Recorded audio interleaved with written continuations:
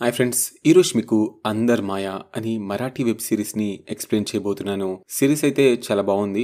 మీరు ఎండింగ్ అస్సలు గెస్ చేయలేరు, అలా ఉంటుంది. ఈ సిరీస్ మొత్తం ఒక ఫ్యామిలీ చుట్టూ మాత్రమే తిరుగుతుంది. బయట ప్రపంచం గురించి ఈ సిరీస్ లో చూపించరు. సో మొత్తానికి మీకు థ్రిల్లింగ్ గా అయితే అనిపిస్తుంది. ఇలాంటి మరిన్ని మూవీస్ కోసం ఇప్పుడే సబ్స్క్రైబ్ చేసి పెట్టుకోండి. లేట్ చేయకుండా స్టోరీ విందామా?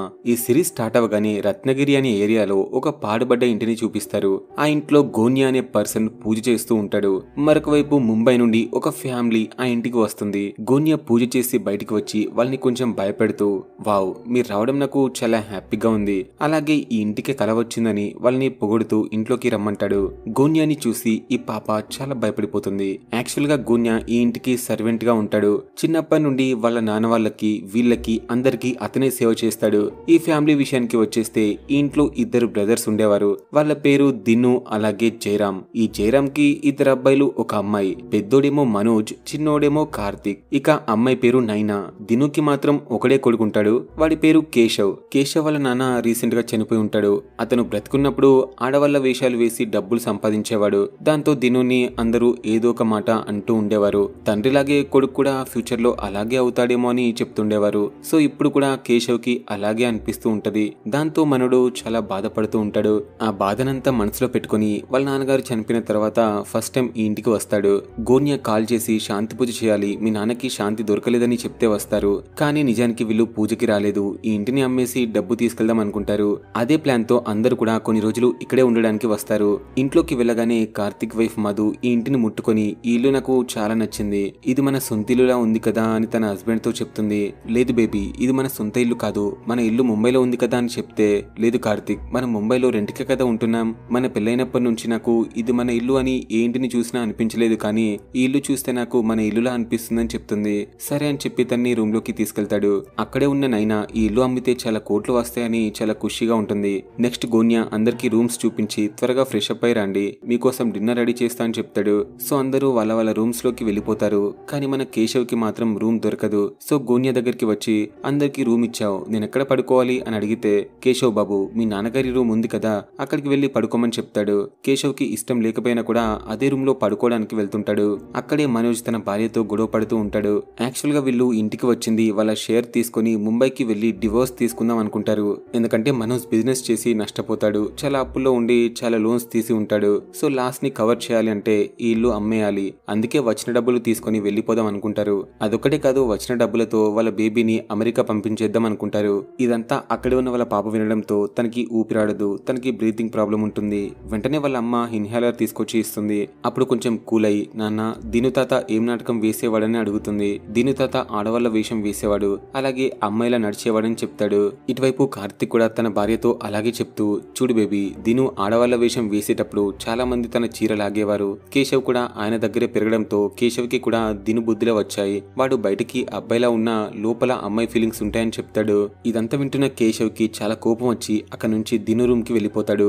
అక్కడ దిను ఆత్మ కనిపించడంతో కేశవ్ చాలా సీరియస్ అవుతూ, ఛీ, నీ వల్లనే నన్ను అందరూ అవమానిస్తున్నారు, చీపు అని తిడతాడు. దాంతో ఆత్మ మాయమవుతుంది. నిజానికి దిను ఆత్మ రాదు, కేశవ్ అలా ఊహించుకుంటాడు. బట్ అక్కడ ఒక పిల్లాడి షాడో అయితే కనిపిస్తది. నెక్స్ట్ అందరూ డిన్నర్ చేయడానికి కిందికి వస్తారు. కేశవ్ అందరితో కలిసి డిన్నర్ చేయకుండా దూరంగా కూర్చొని తింటూ ఉంటాడు. అప్పుడే శైలి ముందు ఉన్న డోర్ ని ఎవరో ఓపెన్ చేస్తున్నట్టు కనిపిస్తుంది. దాంతో తను భయపడుతూ ఉండగా గోన్యా వస్తాడు. సో తను ఎవరికి ఏమీ చెప్పదు. గోన్యా అందరితో మాట్లాడుతూ, రేపటి నుంచి 3 రోజుల వరకు ఈ ఇంట్లో రిచువల్స్ ఉన్నాయి, సో అందరు కలిసి దిను సార్కి పూజ చేయాలని చెప్తాడు. అప్పుడు మిగతా వాళ్ళు అంటారు, సరే, ఆ తర్వాత ఈ ఇల్లు అమ్మేసి వెళ్ళిపోవచ్చు కదా అని అడిగితే కేశవ్ అసలు ఒప్పుకోడు. నాకు ఈ ఇల్లు అమ్మడం అస్సలు ఇష్టం లేదని చెప్పి వెళ్ళిపోతాడు. దాంతో ఇంట్లో ఉన్న వాళ్ళందరికీ కేశవ్ మీద చాలా కోపం వచ్చేస్తుంది. ఎందుకంటే ఇన్ని రోజులు అమ్మదామని చెప్పి సడన్ గా వద్దంటాడు కదా, ఎందుకు వద్దంటున్నావురా, ఆన్సర్ చెప్పు అని వాళ్ళ బ్రదర్స్ చాలా తిడతారు. ఏది ఏమైనా ఈ ఇల్లు అమ్మేస్తామని కేశవ్ కి వార్నింగ్ ఇస్తారు. అదే రోజు నైట్ నైనాకి పిల్లాడు ఏడుస్తున్న సౌండ్ వినిపించడంతో బయటికి వచ్చి చూస్తుంది. కానీ ఎవరూ కనిపించరు. అప్పుడే గోన్యా వచ్చి, ఏమైందమ్మా, ఇంత రాత్రి పూట దయ్యంలాగా తిరుగుతున్నావు, ఏంటి సంగతి అని అడిగితే, చూడు గోన్యా, నాకు పిల్లాడు ఏడ్చిన సౌండ్ వినిపించిందని చెప్తే, అవునా, అయితే అది మన దిను సార్ కావచ్చు, ఆయనకి ఇంకా పీస్ దొరకలేదు కదా, అందుకే ఇక్కడ చిన్న పిల్లోడిలా తిరుగుతున్నాడేమో, రేపు పూజ చేస్తే అంత సెట్ అవుతుంది, నువ్వేమైనా భయపడ్డావా అని అడిగితే అడిగితే లేదే నేనేం భయపడలేదని వెళ్లి పడుకుంటుంది. నెక్స్ట్ డే దినుకి పీస్ దొరకాలని పూజ చేస్తూ ఉంటారు. పూజ అయిపోయాక గోన్య ఇల్లు మొత్తం తిరుగుతూ వాటర్ చల్లుతూ ఉంటాడు. అప్పుడే ఒక రూమ్ లో పిల్లాడు కనిపిస్తాడు. ఆ పిల్లాడిని భయపెట్టించి బయటికి రాకు, సైలెంట్ గా ఇక్కడే ఉండమని చెప్పి వెళ్ళిపోతాడు. బయట కార్తిక్ మనోజ్ ఏదో డిస్కస్ చేస్తూ ఉంటారు. అది చూసి నైనా ఏంటి ఇద్దరు ఇల్లు అమ్మడం గురించి మాట్లాడుతున్నారా ఏంటి కేశవ్, మీ నాన్నగారికి ఇల్లు మాత్రమే ఉందా, ఇంకేమైనా ఉన్నాయా అని అడుగుతుంది. అప్పుడు కార్తిక్ అంటాడు ఇల్లు మాత్రమే కాదు, వాళ్ళ నాన్నగారి దగ్గర ఆయన వైఫ్ జ్యువెలరీ కూడా ఉందని చెప్తాడు. దాంతో కేశవ్ కి ఇంకా కోపం వచ్చి గొడవ పెట్టుకుంటాడు. అప్పుడే శైలి గట్టిగా అరవడంతో అందరూ వెళ్లి చూస్తారు. అక్కడ ఎవరు కనిపించకపోవడంతో ఏమైందని పాపని అడిగితే ఇక్కడ ఒక పిల్లాడు కనిపించడని చెప్తుంది. కానీ ఎవరు ఆ పాప మాటలు నమ్మరు. ఇక్కడ ఎవరుంటారు తల్లి, ఇక్కడ మనం తప్ప ఎవరూ లేరు అని చెప్పి అక్కడ నుండి వెళ్ళిపోతారు. అప్పుడు పాప గోన్య దగ్గరికి వచ్చి గోన్య తాత, ఈ ఇంట్లో నువ్వు ఒక్కడివే ఉంటున్నావా, ఇంకెవరైనా ఉన్నారా అని అడుగుతుంది. అప్పుడే వాళ్ళ అమ్మ వచ్చి తన్ని తీసుకెళ్లిపోతుంది. అందరూ వెళ్ళిపోయాక ఆ పిల్లాడు కిటికీలో నుంచి తొంగి చూస్తాడు. కాసేపయ్యాక నైనా గోన్య దగ్గరికి వచ్చి దిను ఎలా చనిపోయాడో చెప్పమని అడుగుతుంది. అప్పుడు మనకి ఫ్లాష్ బ్యాక్ చూపిస్తారు. యాక్చువల్ గా దిను హ్యాపీగా లేడీ వేషం వేసుకుని నాట్యం చేస్తూ ఉండగా కొంతమంది వచ్చి లాక్కెళ్లిపోతారు. ఆ తర్వాత ఏం జరిగిందో చూపించారు గానీ మేబీ ఆయన్ని రేప్ చేసి ఉంటారు. అందుకే దిను భరించలేక అదే బావిలో దూకేసి సూసైడ్ చేసుకుని చనిపోతాడు. ఇప్పుడు జరిగిందంతా కూడా నైనాతో చెప్తాడు. ఇదంతా విన్నాక నైనా సరే దిను చనిపోయిన తర్వాత ఆయన వేసుకునే జ్యువెలరీ ఎక్కడికి పోయింది, ఈ ఇంట్లో ఉందా అని అడుగుతుంది. గోన్య నిజం చెప్పకుండా తన్ని భయపెట్టిస్తూ వెళ్లి ఆయన్నే అడగమని చెప్తాడు.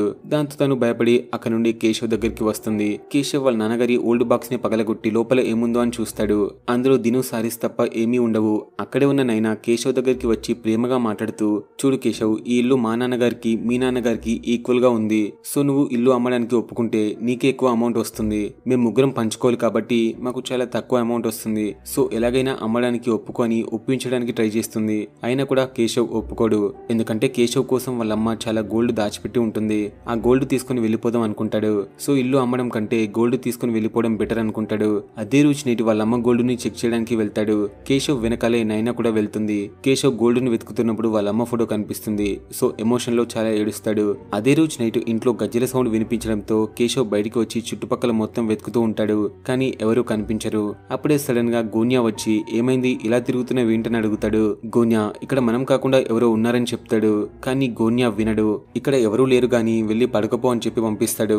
కేశవ్ వెళ్లిపోయాక గోన్యాకి ఆ పిల్లాడు కనిపిస్తాడు. ఇటువైపు నైనా కేశవ్ వాళ్ళమ్మ జ్యువెలరీని దొంగతనం చేసి తన రూమ్ కి వెళ్లి మొత్తం వేసుకుంటుంది. యాక్చువల్లీ నైనా భర్త చనిపోయి ఉంటాడు. తన పెళ్లికి కూడా ఇంత గోల్డ్ వేసుకోలేదు. ఇప్పుడు వేసుకుంది కాబట్టి చాలా హ్యాపీగా ఉంటుంది. అలాగే ఈ గోల్డ్ తో బయటికి వెళ్లి హ్యాపీగా బ్రతికిద్దాం అనుకుంటుంది. అప్పుడే ఎవరో డోర్ కొడతారు. కట్ చేస్తే నెక్స్ట్ డే కేశవ్ కి జ్యువెలరీ పోయిన విషయం తెలుస్తుంది. సో అందరినీ పిలిచి అనుమానిస్తూ ఉంటాడు.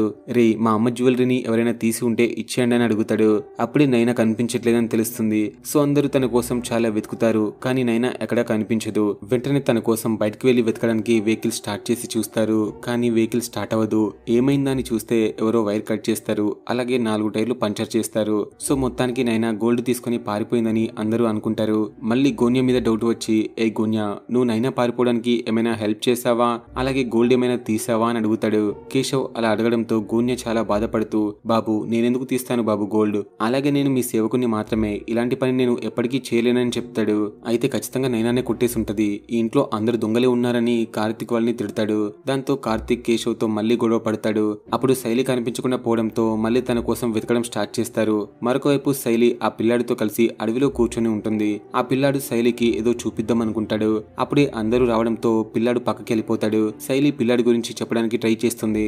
కానీ గోన్య వచ్చి అందరినీ ఇంటికి వెళ్ళమని చెప్తాడు. సో వాళ్ళు కూడా పాప చెప్పేది వినకుండా అక్కడి నుంచి వెళ్ళిపోతారు. ఆ తర్వాత గోన్య కేశవ్ దగ్గరికి వెళ్లి ఈ ఇంటిని అమ్మేస్తావా అని అడిగితే లేదు గోన్య, ఈ ఇల్లు నా ప్రాణం ఉన్నంత వరకు నాతోనే ఉంటుందని చెప్తాడు. అవునా కేశవ్, అయితే నువ్వు లైఫ్ లాంగ్ ఈ ఇంట్లోనే ఉంటావా అని గోన్య అడిగితే లేదు గోన్య, ఇల్లు బాగానే ఉంది కానీ ఇంట్లో ఎవడుంటాడు అని చెప్పి వెళ్ళిపోతాడు.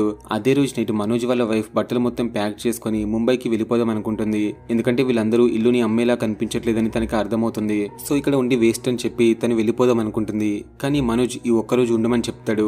ఎందుకంటే వాళ్ళ వెహికల్ రిపేర్ లో ఉంది. అంతేకాకుండా నైట్ అవుతుంది. సో ఇప్పుడు వెళ్ళినా కూడా అడవి మధ్యలో నుంచి వెళ్ళాలి కాబట్టి వద్దంటాడు. అయినా కూడా తను ఉండలేనని చెప్తుంది. సరే పోదాం పదవే అని సీరియస్ గా చెప్తాడు. సరిగ్గా అప్పుడే రూఫ్ మీద ఉన్న వుడ్ పడి వాళ్ళిద్దరూ అక్కడే చనిపోతారు. శైలి కళ్ళ ముందే వాళ్ళిద్దరూ అలా చనిపోవడంతో శైలికి చాలా ఫీవర్ వచ్చేస్తుంది. ఇలా వాళ్ళు చనిపోవడం చూసి ఇంట్లో వాళ్ళు తట్టుకోలేకపోతారు. మరో సీన్ లో మనోజ్ వాళ్ళు ఎలా చనిపోయారో సేమ్ అలాగే ఒక చోట బొమ్మ గీసి ఉంటుంది.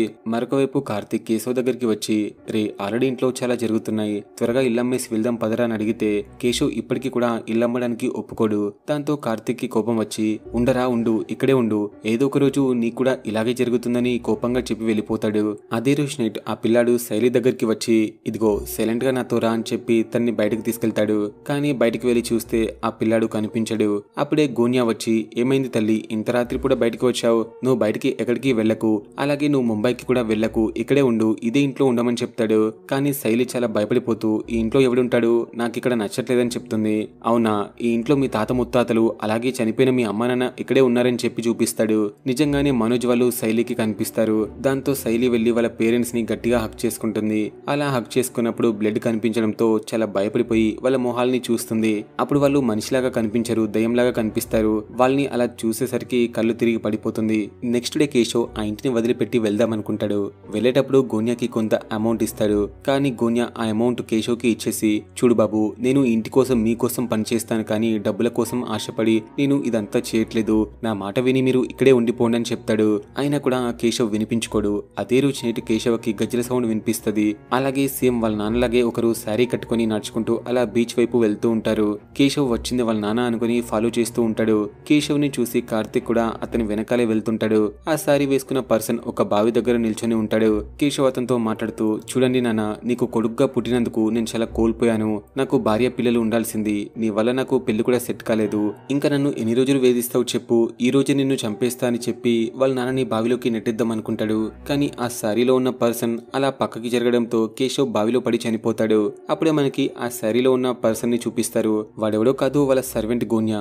ఎస్, వాడే దినులాగా శారీ కట్టుకుని కేశవ్ ని చంపేసి కొన్ని విషయాలు చెప్తాడు. రే, నేను ముందు నుంచి చెప్తూనే ఉన్నాను కదా, ఈ ఇల్లు అమ్మకండి, ఇక్కడే హ్యాపీగా ఉండండి అని, కానీ నా మాట ఎవరు వినిపించుకోవట్లేదేంటి, నేను ఎవరిని ముంబైకి వెళ్ళనివ్వను, అందరూ ఇంట్లోనే ఉండాలని గట్టిగా చెప్తాడు. ఇదంతా కూడా కార్తిక్ అక్కడే ఉండి జరిగేది మొత్తం చూస్తూ ఉంటాడు. మరొకవైపు మధు దగ్గరికి ఒక పిల్లాడు వచ్చి కడుపులో ఉన్న పిల్లాన్ని చూసి చాలా హ్యాపీగా ఫీల్ అవుతాడు. మధుకి డౌట్ వచ్చి లేచి చూస్తే ఆ పిల్లాడు కనిపించడు. అప్పుడే కార్తిక్ వచ్చి చాలా ఏడుస్తూ మధు మనందరినీ చంపుతున్నది గోన్యా అంకులని చెప్దాం అనుకుంటాడు. అప్పుడే గోన్యా వచ్చి ఏమైంది, ఇంకా పడుకోలేదా అని అడుగుతాడు. గోన్యాని చూసి కార్తిక్ చాలా భయపడిపోతూ ఉంటాడు. అప్పుడే కార్తిక్ కి శైలి కనిపించదు. సో తన కోసం ఇల్లు మొత్తం వెతికి చూస్తాడు, అయినా కూడా ఎక్కడా కనిపించదు. వెంటనే అడవిలోకి వెళ్లి చూస్తే అక్కడ పడిపోయి కనిపిస్తుంది. తనకి బ్రీతింగ్ ప్రాబ్లం ఉండడం వల్ల సమయానికి ఇన్హేలర్ లేకపోవడంతో తను చనిపోతుంది. తను చనిపోక ముందు ఆ పిల్లాడు శైలిని కాపాడడానికి ట్రై చేస్తాడు, కానీ తను చనిపోతుంది. శైలిని చంపింది కూడా వాడే, ఎందుకంటే తనకు కూడా ఇంట్లో ఉండడం ఇష్టం లేదు కదా, అందుకే లేపేస్తాడు. ఆ ఇంట్లో ఉండడం ఎవరికి ఇష్టం ఉండదు, కానీ మధు ఒక్కదానికి మాత్రమే ఉండాలనిపిస్తుంది. ఇదే మాట కార్తిక్ తో కూడా చెప్తుంది. వెంటనే కార్తిక్ గోన్యా దగ్గరికి వెళ్లి అసలు నీకేం కావాలి గోన్యా, నీకు ఏమి ఇస్తే మమ్మల్ని వదిలిపెడతావని అడుగుతాడు. చూడు బాబు, నాకు ఏమీ వద్దు, కానీ ఈ ఇంటికి మీ అవసరం ఉంది, ఈ ఇంట్లో మీరుంటే చాలు, ఈ ఇంటికి కల వస్తుంది, నేను మీకు జీవితాంతం సర్వెంట్ గా ఉంటానని చెప్తాడు. రే పిచ్చోడా, మరి అందరినీ ఎందుకు చంపావురా అని అడిగితే బాబు, వాళ్ళెవరు కూడా ఇక్కడ ఉండడానికి ఒప్పుకోలేదు, అందుకే జీవితాంతం ఇక్కడే ఉండేలా చేశా అని చెప్తాడు. దాంతో కార్తిక్ కి కోపం వచ్చి ఒక కర్ర తీసుకుని గోన్యాని కొడదాం అనుకుంటాడు. బట్ గోన్యాకి ఏమీ కాదు, ఆ కర్రనే విరిగిపోతుంది. గోన్యా కార్తిక్ నెక్ పట్టుకుని అలా పైకి లేపి నా పర్మిషన్ లేకుండా ఇంటి నుంచి ఎవరు బయటికి వెళ్ళడానికి వీల్లేదు, సో బ్రతికున్నా చనిపోయినా అందరూ ఇక్కడే ఉండాలని వార్నింగ్ ఇస్తాడు. సో జరిగిందంతా చూసి కార్తిక్ కి ఒక డౌట్ వస్తుంది. ఖచ్చితంగా గోన్యా మనిషి ఛాన్స్ లేదని చాలా భయపడిపోతాడు. వెంటనే మధు కోసం వెతుకుతూ ఉంటాడు. తను పైన స్టక్ అయిపోయి ఉంటుంది. ఏమైంది మధు, ఇక్కడున్నావేంటని అడిగితే నన్ను ఇక్కడికి నైనా తీసుకుని వచ్చిందని చెప్తుంది. జోక్స్ ఫేక్ మధు, నైనా గోల్డ్ తీసుకుని ఎప్పుడో పారిపోయింది కదా, మనం కూడా వెళ్ళిపోదామని చెప్తాడు. అలా వాళ్ళు వెళ్తున్నప్పుడు నైనా చనిపోయి కనిపిస్తుంది. నైనా ఇంట్లోనే చనిపోయి ఉండడం చూసి చాలా ఏడుస్తారు. కట్ చేస్తే నైనా ఎలా చనిపోయిందో చూపిస్తారు. నైనా గోల్డ్ తీసుకుని హ్యాపీగా ఉన్నప్పుడు గోన్యా వచ్చి చూస్తాడు. నైనా గోన్యాకి సగం గోల్డ్ ఇచ్చి ఈ ఇంట్లో నుంచి వెళ్ళిపోమని చెప్తుంది. కానీ గోన్యా నాకు ఈ గోల్డ్ వద్దు, మొత్తం నువ్వే ఉంచుకోగాని మళ్ళీ ఇల్లు అమ్మడం గురించి మాట్లాడుకొని చెప్తాడు. కానీ తను అస్సలు వినిపించుకోదు. ఇల్లు అమ్మకపోతే డబ్బులు ఎలా వస్తాయని సీరియస్ గా చెప్తుంది. దాంతో గోన్యా అవే నగలతో తన గొంతు పీసుకు చంపేస్తాడు. ఇక ప్రెజెంట్ కి వచ్చేస్తే గోన్యా గురించి మొత్తం మధుతో చెప్పేస్తాడు. దాంతో మధు కూడా చాలా భయపడిపోతూ ఇంట్లో నుంచి వెళ్ళిపోదాం అనుకుంటుంది. ఇటువైపు గోన్యా మరో ఇద్దరిని కాల్చడానికి ప్రిపేర్ చేస్తూ ఉంటాడు. లోపల ఉన్న కార్తిక్ మధుని ఒక రూమ్ లోకి తీసుకెళ్తాడు. అక్కడ గోన్యా మధుకి పుట్టబోయే బిడ్డని బయటకు తీయడానికి కొన్ని వస్తువులు పెట్టుకుంటాడు. అది చూసి మధు కార్తిక్ చాలా భయపడిపోతారు. వెంటనే కార్తిక్ ఒక కత్తి తీసుకుని వచ్చి మధుకి ఇచ్చి చూడు బేబీ, ఆ ముసలోడు వస్తే ఈ కత్తితో వాని చంపేసి అని చెప్పి బయటికి వెళ్ళిపోతాడు. కాసేపాక గోన్యా మధు దగ్గరికి వచ్చి మాట్లాడుతూ ఉంటాడు. చూడమ్మాయి, నాకున్న హోప్ నువ్వే, నువ్వు కూడా బయటికి వెళ్ళిపోదాం అనుకుంటున్నావా, ప్లీజ్ అలా చేయకని చెప్తాడు. అప్పుడు తనకు ఆ ప్లాన్ వేస్తుంది. సరే, నువ్వు చెప్పినట్టుగానే నేను ఇంట్లో ఉంటా అని చెప్పి బయటికి వెళ్లి గోన్యా గోన్యాని రూమ్ లో పెట్టి లాక్ వేసి బయటకు వస్తుంది. ఆల్రెడీ తనకి లేబర్ పెయిన్స్ స్టార్ట్ అవుతాయి. ఎలాగోలా కష్టపడి కార్తిక్ దగ్గరికి వచ్చి, కార్తిక్ నన్ను హాస్పిటల్ కి తీసుకెళ్ళు, నాకు ఇక్కడ ఉండాలని లేదు, వాడు ఒక పిచ్చివాడు అందరినీ చంపేస్తున్నాడు, త్వరగా వెళ్ళిపోదాం పదా అని అడుగుతుంది. కానీ కార్తిక్ రివర్స్ లో మాట్లాడుతూ ఎక్కడికి వెళ్ళిపోతావు, అందరూ ఇక్కడే ఉన్నారు, మనం కూడా ఇక్కడే ఉందామని చెప్తాడు. అప్పుడే చనిపోయిన వాళ్ళందరి ఆత్మలు మధుకి కనిపిస్తాయి. వాళ్ళందరినీ చూసి మధు చాలా భయపడిపోయి ఏడుస్తూ కార్తిక్ ని పట్టుకుంటుంది. అప్పుడు కార్తిక్ కూడా ఒక దయ్యంలా కనిపిస్తాడు. సో కార్తిక్ కూడా చనిపోయి ఉంటాడు. కార్తిక్ ని కూడా గోన్యానే లేపేసి ఉంటాడు. మనుడు గోన్యాని చంపడానికి చాలా ట్రై చేస్తాడు, కానీ వీడే చనిపోతాడు. ఇక మధు విషయానికి వచ్చేస్తే తను గోన్యాకి దండం పెడుతూ ప్లీజ్ గోన్యా నన్ను నా బిడ్డని వదిలేసి అని బ్రతిమలాడుతూ ఉంటుంది. గోన్యా మధు కడుపులో ఉన్న బిడ్డ గురించి మాట్లాడుతూ నీ బిడ్డ ఇంటికి వారసుడు అవుతాడని చెప్తాడు. అప్పుడే శైలికి కనిపించే పిల్లాడు మధుకి కూడా కనిపిస్తాడు. నెక్స్ట్ గోన్యా మధుని కూడా చంపేసి కడుపులో ఉన్న బేబీని బయటకు తీస్తాడు. ఆ బేబీని చూసి పిల్లాడు అలాగే చూస్తుండిపోతాడు. నెక్స్ట్ గోన్యా వాళ్ళందరి ఫొటోస్ కి బ్లాక్ కవర్ వేసి పెడతాడు. మళ్ళీ 1 year తర్వాత వాళ్ళ ఫొటోస్ కి ఉన్న కవర్ తీసేస్తాడు. మరొక వైపు ఆ పిల్లాడు చాలా ఏడుస్తూ కనిపిస్తాడు. దాంతో గోన్యా ఆ పిల్లాడి దగ్గరికి వెళ్లి ఏంటి యువరాజా ఎందుకు ఏడుస్తున్నారు, మీరు ఈ ఇంటికి రాజు, నేను మీ సర్వెంట్ ని, ఎందుకు ఏడుస్తున్నారు, ఏడవకండి, మీరు ఏది కావాలంటే అది నేను చేసి పెడతాను అని చెప్పి కూల్ చేస్తాడు. అప్పుడే మనకి ఒక విషయం అర్థమవుతుంది. ఈ పిల్లాడు ఎవరో కాదు, కార్తిక్ అలాగే మధుకి పుట్టిన పిల్లాడు. యాక్చువల్ గా 10 సంవత్సరాల క్రితం వాళ్ళందరూ ఇక్కడికి వచ్చి ట్రాప్ అవుతారు. సో గోన్యా వాళ్ళందరినీ చంపేసి చివరికి ఈ పిల్లాడిని పెంచుకుంటాడు. వాళ్ళందరూ చనిపోయినా కూడా వాళ్ళ ఆత్మకి శాంతి కలగదు. అలాగే వాళ్ళందరూ ఒక టైం లూప్ లో చిక్కుకుంటారు. అందుకే ఎవ్రీ ఇయర్ ఇక్కడికి వచ్చి మరీ చేస్తూ ఉంటారు. ఈ పిల్లాడు పుట్టి 10 సంవత్సరాలైంది కాబట్టి వాళ్ళ పేరెంట్స్ వచ్చినప్పుడు ఒక రూమ్ లో పెట్టి అక్కడే ఉండమంటాడు. అలాగే గోన్యా తన పని చేస్తూ అందరినీ చంపుతూ ఉంటాడు. ఈ పిల్లాడు కూడా సీక్రెట్ గా వాళ్ళ ఫ్యామిలీని చూస్తూ ఉంటాడు. ఇక మనోజ్ ఫ్యామిలీని చంపింది కూడా గోన్యానే. వాడే ప్లాన్ చేసి ఆ వుడ్ కింద పడేలా ప్లాన్ చేస్తాడు. శారీ కట్టుకొని కేశవ్ ని చంపేస్తాడు. అలా మెల్లిమెల్లిగా అందరినీ లేపేస్తాడు. ఇప్పుడు వాళ్ళు చనిపోయిన విషయం వాళ్ళకు కూడా తెలియదు. అందుకే ప్రతి సంవత్సరం వస్తూ చేస్తూ ఉంటారు. అప్పుడే బయట నుంచి వెహికల్ సౌండ్ వినిపిస్తుంది. సో వాళ్ళు మళ్ళీ చావడానికి వస్తున్నారని అర్థం. వెంటనే వాళ్ళని పిక్ చేసుకోవడానికి బయటకు వచ్చి మూవీ స్టార్టింగ్ లో ఎలాగైతే మాట్లాడాడో సేమ్ అలాగే మాట్లాడతాడు. ఏమైంది, అందరు బాగున్నారా, మీరు రావడం ఈ ఇంటికి చాలా హ్యాపీగా ఉంది, వెళ్ళండి లోపలికి వెళ్ళి ఫ్రెష్ అప్ అయి రండి, డిన్నర్ రెడీ చేస్తా అని చెప్తాడు. ఇక్కడితో ఈ సిరీస్ అయితే అయిపోతుంది ఫ్రెండ్స్. ఇలాంటి సిరీస్ మీకు ఎక్కడైనా చూసినట్టు అనిపించిందా?